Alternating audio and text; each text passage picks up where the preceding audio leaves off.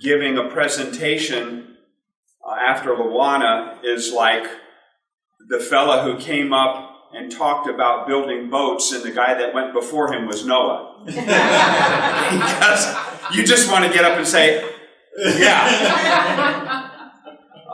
And that's what I feel like, Luana. I was back there wishing I could bring you up to Del Paso Heights to speak with our Moms Helping Moms program. And that may come to pass. Don't let me get out of here without getting a business card for you, please. The other thing is that I spent 35 years as a professional pilot, first in the Navy and then with American Airlines. So most of my public pronouncements were from behind the door. Pay no attention to the man behind the locked door. So my presentations all ran along the lines of a very pleasant good afternoon, ladies and gentlemen. This is Captain Bob Guild, and along with our first officer, John Preston, I'd like to welcome you aboard American Airlines Flight 18 non-stop service to New York's John F. Kennedy Airport. You put on your captain's voice and all of that stuff. So one day, we're flying from JFK to Dallas-Fort Worth Airport. Got up to our level up. It's a beautiful day. We've just passed Philadelphia on our left-hand side. You see Baltimore coming up, Washington, D.C., and right between them is Annapolis, Maryland, which is where I went to the United States Naval Academy. So I always like to point out my alma mater. So I'm on the PA telling the passengers, a very pleasant good afternoon, and we've just passed Philadelphia. You can see up ahead on the left-hand side, Baltimore and Washington, along with Annapolis, Maryland, home of my alma mater, the United States Naval Academy. The weather in the Dallas-Fort Worth area is, well, you don't want to know what it is. So I'm going along, and about 2/3 of the way through, my co-pilot goes, ah! And he reaches over and he flicks my switch off. I wasn't talking to the passengers. Oh. I was talking to New York Center. With about 100 other airplanes on the frequency. And whenever you press to transmit button, you own the frequency. Ain't no one else getting on the frequency because you got the frequency. So I got New York Center and 100 other airplanes listening to a very pleasant good afternoon. and I hung it out there by name. This is Captain Bob. Where you went to school? I hung out my alma mater. So as soon as my co-pilot switched it off and there was silence on the frequency, the pile-on began. It was embarrassing. The guy, Captain Bob Guild. Yes. Another guy gets on and goes, the United States Naval Academy. New York Center comes on and goes, dude, you have been our entertainment for the last minute. Another captain gets on and goes, that's the best PA I've ever heard.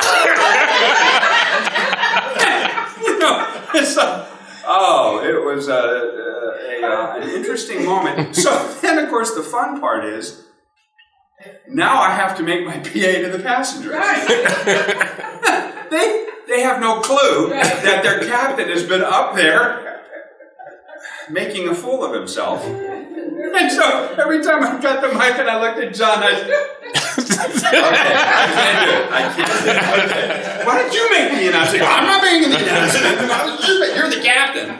So anyway, and so here I am in front of New York Center making my pitch. But again, it was such a pleasure to hear you, Luana, to hear the passion, to hear your story, because when you spoke, it was you coming through. And that is what is so needed in the ministry that we do of it shoulder to shoulder. If I could take a few minutes, I'd like to play you a 4-minute video, and then I'd like to talk a little bit about who we are and what we do, and hopefully cast that vision to you, and we'll go from there. Angela today, you would have no idea the journey that she's traveled in the last 10, 15 years. She is just an amazing woman. You would meet a woman who would look you in the eye, who has goals, who has broken out of her shell and started to emerge. When you see Isaiah today, he's now in his second year. He's over at Shasta College. He's on the basketball team there. You would see a young man who you would be proud. If I had a daughter his age, I would be proud if they were dating. He is just a man of virtue, a man with goals in his life, a man who cares deeply about his family. And the thing is that he is the sum total of all of his yesterdays, as we all are.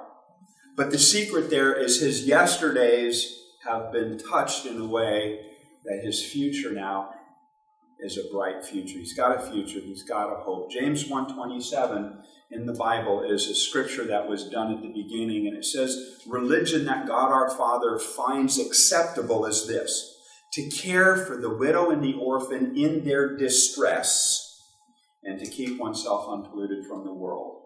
And when a young boy is born without a father in the home, he's an orphan. When mom, there's no father in the home, she's a widow. And their lives are oftentimes marked by distress. The 2010 census found that 31.6 million American children ages 18 and under go to bed at night without a dad in the home. 31.6 million. What does that number mean? 43% of all American children age 18 and under go to bed at night without a dad in the home. That's almost 1 out of every 2. Go to high school graduation night and pick 43%. They don't have a dad in the home. And the repercussions of that, the consequences of that, the ripple effect of that is staggering. Fatherlessness is one of the most pressing social issues in America today. It's the root cause of most dysfunctional social issues today. 75% of men in prison today come from fatherless backgrounds. 90% of the women who are caught up in human trafficking come from fatherless backgrounds. And that's only the beginning of the statistics. There's a hole, a void in the heart of every one of them, the size of a missing dad. I am a mentor as well as being the president of Shoulder to Shoulder, and I'm matched up with an 8th grader in Oak Park right now. And so we were chatting just a while ago, and it takes a while when you become a mentor, and we'll chat a little bit about that, but it takes a while. Your relationship develops at the speed of trust. And I'm a white 60-year-old suburban dad, and my mentee is a 13-year-old African-American growing up in Oak Park fatherless. We come from 2 different worlds, and it's a large chasm. And a lot of the men who are our mentors walk into it saying, I don't know if I can make that jump. Our experience has shown us this. The young boy is not as intimidated at all. The young boy knows that you pick him up once a week and spend 2 hours a week with him. Last night, we were up at the Sleep Train Arena watching the PBR, the professional bull riding. Now, Hatari isn't into bull riding. He wants to be an NFL running back. That's his dream. That's his goal. He's in 8th grade. He's about 5 feet tall and dripping wet, weighs maybe 92 pounds. He can tell you everything about Frank Gore, and he's still mad at him for leaving the 49ers. But it's like, dream on, Hatari. So I was talking with him a couple of weeks ago. We've been matched together now for about 4 months. So I said, so who are some of the men who've had impact in your life? And he said, there are no men in my life.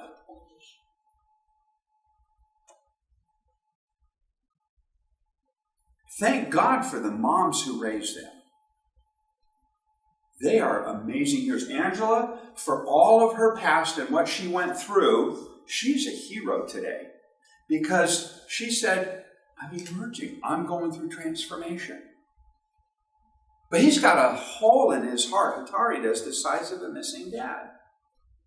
So we look at these statistics. We look at everything from depression and suicide to high school dropouts to the prison population to girls caught up in human trafficking. And we say, what can we do? Well, as I said, I'd rather light a candle than curse the darkness. And about 10 years ago, Bill Koivian was speaking with the principal over at Martin Luther King Junior High.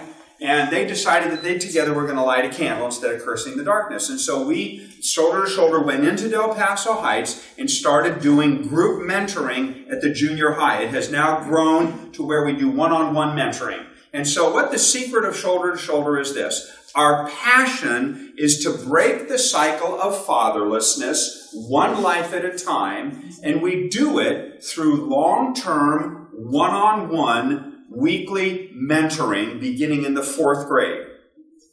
And so we have a relationship with schools in the Twin Rivers Unified School District where fatherless boys can put in to be mentored through our program. What we ask of the mentor is that you meet with your mentee once a week for 2 hours for 1 year.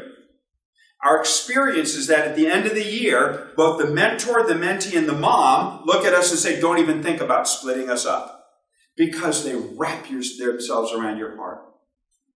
You begin to see your preconceived ideas of what the hood looks like get shattered. Because he didn't ask to be born into a fatherless environment. He's got the same hopes and dreams that everyone else has. He's got the same gifts and talents. And you might look at them, and you might look at Isaiah. We got some video of Isaiah from 7-8 years ago when he first came in, and the transformation is glorious. You might look at them and say, well, he's got no hope. And then you get to know them, and you just go, oh, my heavenly days, what a precious jewel. And so there are 4 things that make our approach unique at Shoulder to Shoulder. There are many mentoring organizations, and they're all doing phenomenal jobs. But there are 4 things that I believe make our approach very effective and very transformational, sustainable, and with a tremendous ongoing impact. The first one is it is one-on-one mentoring. So the match, which is the mentor-mentee, the match is flexible. What are the needs of the mentee? And so to that end, we have a very stringent certification program. Because if we're going to release a mentee into the care of a mentor, we want to be really careful that that thing is an honoring process, that that mentor has been screened, that mentor has been trained, and that match is supported. So it's the one-on-one model. The second thing is we have a Moms Helping Moms monthly meeting, where the moms of the mentees come in, and we have moms in the area who volunteer to help coach them, to help them deal with what are we doing with your sons? When we talk about the 4 keys to a prosperous life, have a dream, believe that you can make that dream, work hard towards achieving it, and the hardest one, number 4, avoid the distractions of life. So we talk with the moms about that. We talk with the moms that it's okay to say no to your son. And we tell the sons it's okay when your mom says no to you. And so we hit both generations at that time in this program. The third thing is we offer other activities and ongoing work kind of things, because when they graduate from high school, what then? We want to help them with career assessment. We want to help them with work skill sets and things like that. Now, that's just a kind of a new part to our program, but we're adding it on because we want that young man ready to break the cycle. Is that 5 minutes or that's 15? Okay, so I will wrap up. So anyway, and then the fourth part that helps us. I'm looking at the 15.